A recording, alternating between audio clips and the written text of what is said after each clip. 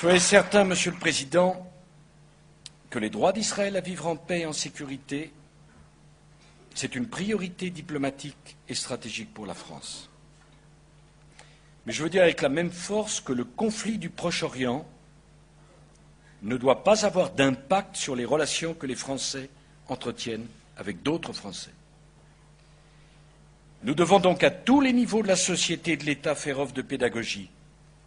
J'en appelle à la responsabilité de chacun individuellement et à la responsabilité de tous.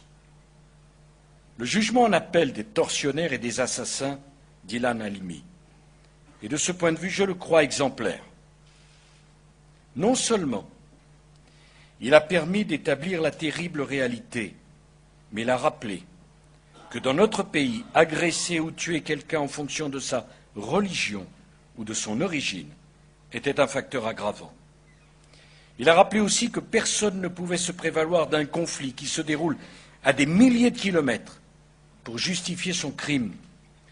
Il a rappelé à des criminels qui ont cherché à se faire passer pour des soldats qu'ils n'étaient que des criminels du plus bas étage qui soit, parce que criminel est lâche. Des lâches qui ont préparé leur traquenard avec soin, qui n'ont pas laissé la moindre chance à leur victime, une victime qu'ils ne connaissaient même pas, mais qui était juive. Des lâches qui se sont relayés pendant des jours et des jours auprès d'un jeune homme qui ne leur avait rien fait pour lui affliger un calvaire de démon. Je suis heureux du jugement qui a été prononcé. Je suis heureux qu'il ait pu rendre à la famille d'Ilan Halimi confiance dans son pays. Et puisque j'étais ministre de l'Intérieur à l'époque où Ilan a été martyrisé, je puis vous dire que je porte comme un douloureux souvenir le fait que nous n'avons pu retrouver Ilan Halimi que quelques minutes avant sa mort. Ça restera pour moi un échec, malgré tous les moyens et toutes les forces que nous avions engagées. Bien sûr, ce travail de pédagogie ne passe pas uniquement par les seules décisions de justice. L'école doit jouer un rôle essentiel. Les enseignants font un travail important, je leur en suis reconnaissant. Les médias, et plus particulièrement ce média fédérateur qu'est la télévision, jouent un rôle essentiel, et qu'il me soit permis ici de féliciter le groupe France Télévisions pour le travail de mémoire que le service public accomplit. Cette politique mérite d'être saluée et d'être encouragée. Je connais peu de chaînes de télévision en Europe qui, comme les chaînes du groupe France Télévisions, ont diffusé à des heures de grande écoute une série documentaire comme Les Commandos de la mort, qui a permis à des millions de téléspectateurs français de découvrir l'horreur de la Shoah par balle qui fit plus de 1,5 million de morts à l'est de l'Europe. Enfin, je crois pouvoir annoncer, en espérant ne pas trahir de secret, qu'au mois de mars prochain, France Télévisions rediffusera Shoah, le film de Claude Lanzmann, dans sa version intégrale, soit plus de 9 heures de programme. En tant que président de la République, je veux dire que je suis fier de cette télévision-là. Mais comme vous venez de le souligner à l'instant, la haine de l'autre, Monsieur le Président, trouve un terreau trop fertile dans la crise économique, sociale et morale qui secoue aujourd'hui le monde. Les boucs émissaires. Vous appelez ma vigilance, vous avez raison, mais puisqu'il en est ainsi, je voudrais conclure mon propos en disant un mot du judaïsme. Ce sont des sujets qui m'ont toujours passionné et sur lesquels j'ai des convictions. Je veux dire en tant que chef de l'État que le judaïsme a contribué à forger l'identité de la France. Et chacun d'entre vous continue à participer à cette alchimie subtile qui fait de nous des Français. Si la France a des racines chrétiennes, je l'ai rappelé, et pourquoi le nier, puisque c'est la vérité. La France a aussi des racines juives. La présence du judaïsme est attestée en France avant même que la France ne soit la France. avant même qu'elle ne soit christianisée.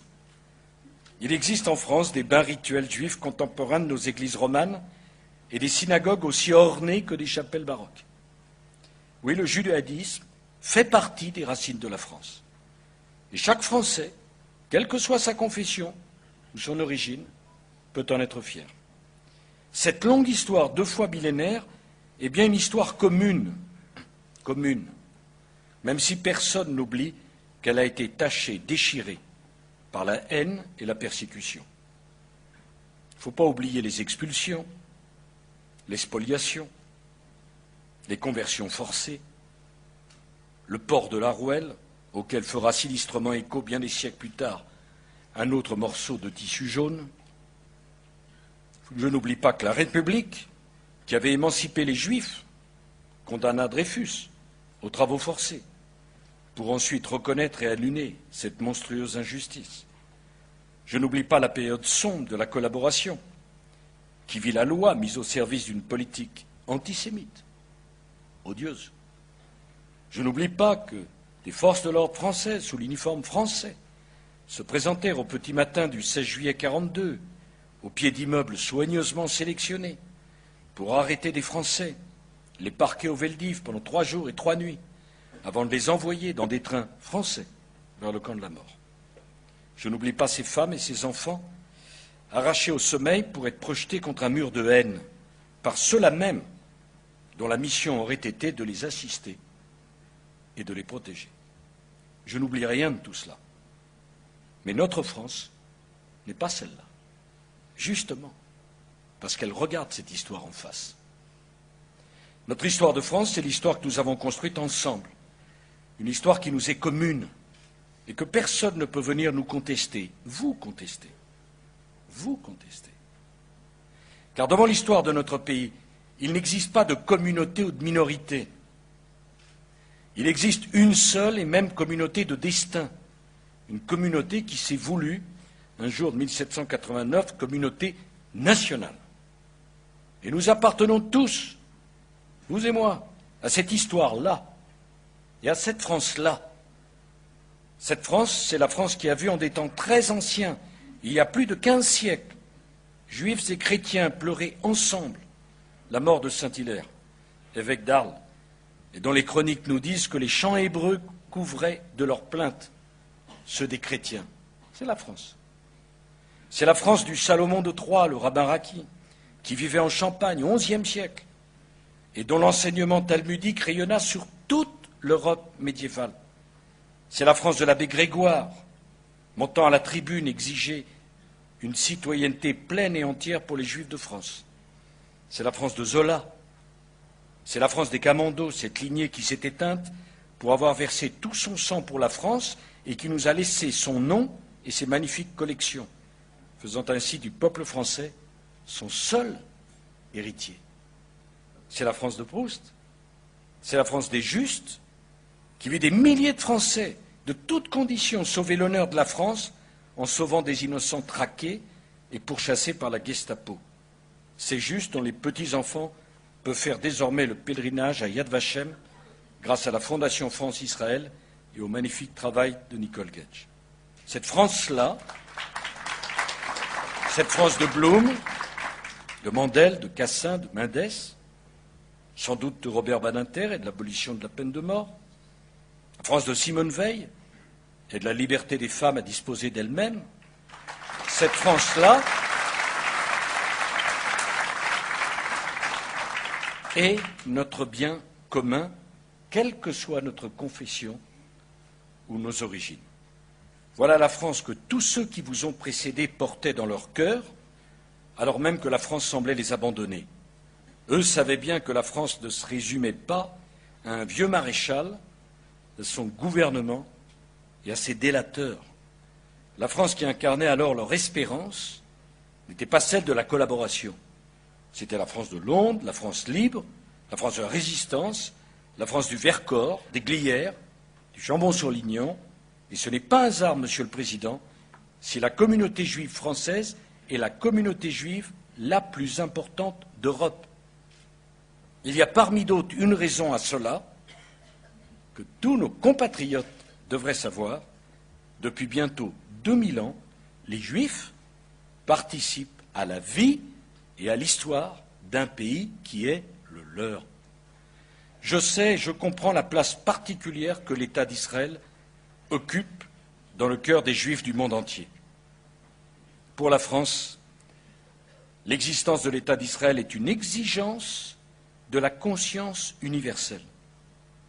Et jamais les Juifs de France, jamais, n'auront à choisir entre leur conscience et leur patrie. Alors, Monsieur le Président, concluant votre propos, vous citiez ce vieux proverbe yiddish qui dit qu'un Juif est heureux comme Dieu en France. Eh bien, permettez-moi de vous dire que mon seul souhait et mon seul objectif, c'est que chacun de vous puisse tout simplement ne jamais cesser se sentir heureux et fier d'être français. La France a besoin de tous ses enfants. Ici, c'est notre pays. Ici, c'est votre place. Ici, vous contribuez à l'identité et au rayonnement de la République française. Je vous remercie.